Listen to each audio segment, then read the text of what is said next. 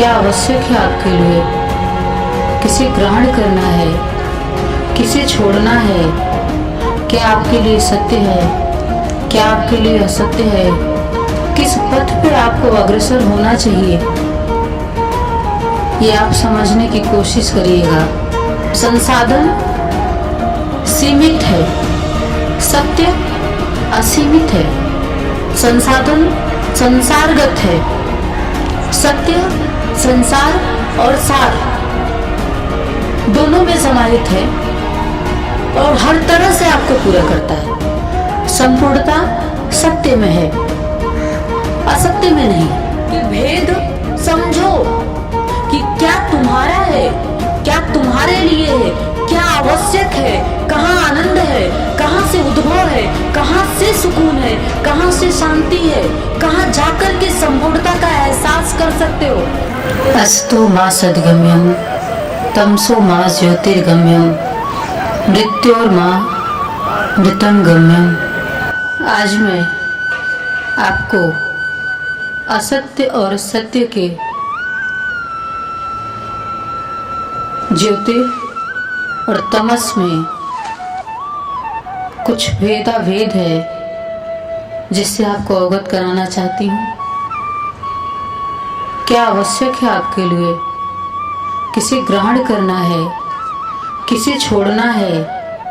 क्या आपके लिए सत्य है, क्या आपके लिए असत्य है? किस पथ पे आपको अग्रसर होना चाहिए,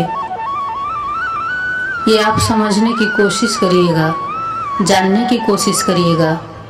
असत्य जिसे हम असत्य कहते हैं, उसका उद्भव भी सत्य से है।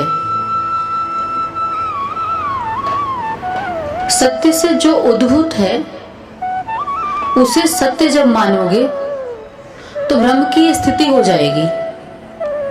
ये जो संसार दिखता है आपको, जो सत्य प्रतीत होता है, वस्तुतः ये सत्य नहीं है, ये सत्य से उद्भूत है। संसाधन सीमित है, सत्य असीमित है। संसाधन संसारगत है, सत्य संसार और सार दोनों में समाहित है और हर तरह से आपको पूरा करता है। संपूर्णता सत्य में है, असत्य में नहीं। दुर्भाग्य यह है कि मनुष्य सत्य को सत्य नहीं मान पाता है, सत्य मान पाता है तो भी उसे कहीं छोड़ देता है। और जो सत्य नहीं है, जो सत्य से उद्भूत है, सिर्फ उसमें ही अपने आप को समाहित कर रहा है। असत्य के लिए विद्रोह कर जाता है। माता पिता, सगे संबंधी, भाई बंधु सबको यदि छोड़ना पड़ता है तो इस संसार के लिए वो सबको छोड़ देता है, सबका त्याग कर देता है, क्योंकि उसके सामने माया, उसकी इच्छा, उसकी कामना खड़ी हो जाती है और उस समय उसे सिर्फ वही प्रिय लगता है। अपनी इच्छा पूर्ति हेतु वो सिर्फ यही करता है कि सारे संबंधों का त्याग करके, तब उसे वो प्रिय नहीं लगता है। एक पुत्र को जब धन चाहिए होता है तो फिर माता पिता उस समय उसे प्रिय नहीं लगते हैं, उस समय सिर्फ धन चाहिए होता है और वहीं पे ये संबंध, समझिएगा, वहीं पे ये संबंध समाप्त हो जाते हैं जिसके लिए मरते रहते हो। और जिन ही सत्य पथ पे चलने की बात आती है तो संबंधों का त्याग कर ही नहीं पाते हो। उस समय आपको ये याद आता है कि ये संबंध है। सत्य को जब समाहित करोगे अपने हृदय में, ये सारे संबंध तुम्हारे होंगे। इन संबंधों से आप पोषित होंगे, इस संबंधों से आपको प्रेम मिलेगा। और जब सत्य के लिए इनका त्याग नहीं करोगे तो यही संबंध तुम्हारे लिए दुख का कारक बनेगा। और आज समाज की वस्तु स्थिति जो है वो सिर्फ यही है। संबंध के लिए जीते हैं, संबंध निभाते निभाते ही मर जाते हैं। जो सत्य है, जिससे हमारा उद्भव है, जिससे हमारा सृजन है, उसके करीब न जान पाते हैं और ना ही उसके बारे में कभी किसी क्षण में विचार कर पाते हैं। विचार भी करते हैं तो किसके लिए करते हैं? सिर्फ उस असत्य के लिए जो इसी क्षण में है और इसी क्षण में समाप्त भी हो सकता है। मैं आपको विद्रोही नहीं बना रही हूं, मैं आपको त्याग करने के लिए भी नहीं कह रही हूं। मैं आपको सिर्फ ये कह रही हूं कि भेद समझो कि क्या तुम्हारा है, क्या तुम्हारे लिए है, क्या आवश्यक है, कहाँ आनंद है, कहाँ से उद्भव है, कहाँ से सुकून है, कहाँ से शांति है, कहाँ जाकर के संपूर्णता का एहसास कर सकते हो। हर बार हम सिर्फ यही बताते हैं। शिविरों का आयोजन ही सिर्फ इसीलिए है कि आपको शांति मिले।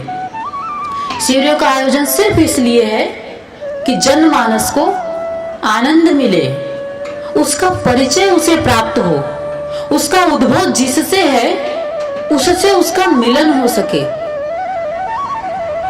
सारे सदग्रंथ पढ़ते हो, ऋषि मुनियों को पढ़ते हो, उनके विचार सुनते हो, पर उन सत्य विचारों को धारण कर उन विचारों पे अग्रसर नहीं हो पाते हो। ये सत्य का गुण है, सात्विक होना।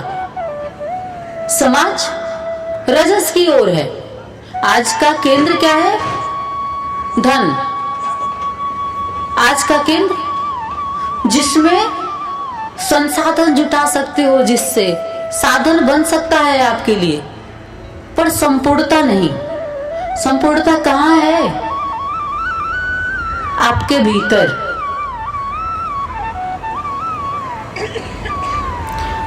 मैं जो कहना चाह रही हूं उसे सिर्फ भीतर जाने के बाद ही समझ पाओगे। हम बार बार कहते हैं कि ये सौभाग्य का क्षण है, सौभाग्य का क्षण निर्मित हुआ है। मैंने शुरू में ही कहा कि वो अपने आप को आप में तब स्थापित कर पाएगा जब आप अपने आप को उस तरह से तैयार कर पाओगे। तैयारी आपको ही करनी है। स्थापन वो चाहता है, आनंद देना चाहता है। सिर्फ एक ईश्वर ही ऐसा होता है जो आपको सब कुछ देना चाहता है। पर जब सत्य के मार्ग पे गतिशील होते हो तब आपको ये बात समझ में आती है कि आनंद का उद्भव है कहां से। और गुरु जीवन में सिर्फ इसीलिए मिलता है, इसी भेद को मिटाने के लिए, यही दृष्टि देने के लिए कि क्या सत्य है, क्या असत्य है, किस ओर तुम्हें जाना है, क्या तुम्हें जीना है, जिसे आप जी रहे हो, जिसके लिए हर पल मर रहे हो चिंतन से, जिसके लिए हर पल मरे जा रहे हो, उसमें रस नहीं है, उसमें आनंद नहीं है। क्षणिक सुख दिख सकता है आपको, पर वो अस्थाई नहीं है। अस्थाई क्या है?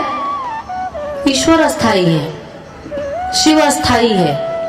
और वो शिव, वो सत्य सिर्फ आप में समाहित है और आपको ही पूरा करना चाहता है। इसलिए वो ऐसे विधान बनाता है। वो शिव है, आप जीव हो। कहने के लिए अंतर कुछ भी नहीं है। जिस दिन मिल जाओगे उस दिन समझ में आएगा ये क्यों शिव है। हम किसी के घर में गए थे, हमसे किसी ने पूछा था कि मेरे ईश्वर का नाम क्या है, मेरा ईश्वर कौन है। तो मैंने उनसे कहा वैसे तो नाम और रूप से जानना चाहोगे तो मैं आपको बता देती हूँ कि स्वामी कमलेश्वरानंद जी हमारे ईश्वर हैं और वही हमारे गुरु हैं। और अगर नाम रूप को हटा दो तो सूक्ष्म, जिसका कोई रूप नहीं है, और मेरा भी रूप उसका रूप है, आपका रूप भी उसका रूप है, इनका रूप भी उसका रूप है, सारे रूप उसका रूप, सारे नाम उसके नाम है। लेकिन चैतन्यता सिर्फ उसमें हो सकती है, आनंद सिर्फ उसमें हो सकता है, ऊर्जा का पूरी तरह से उठना सिर्फ उसमें हो सकता है जिसके अंदर से वैसे भाव और वैसे विचार उठते हैं। मैं आपको सिर्फ उन सद्विचारों की ओर ले जाना चाहती हूँ, मैं आपको परिष्कृत कर देना चाहती हूँ, मैं आपको प्रेम में कर देना चाहती हूँ, ताकि हृदय में आपके प्रभु का स्थापन हो सके। वाणी के माध्यम से, ऊर्जा के माध्यम से, गीत संगीत नृत्य के माध्यम से वो अपने आप को आप में भर देना चाहता है।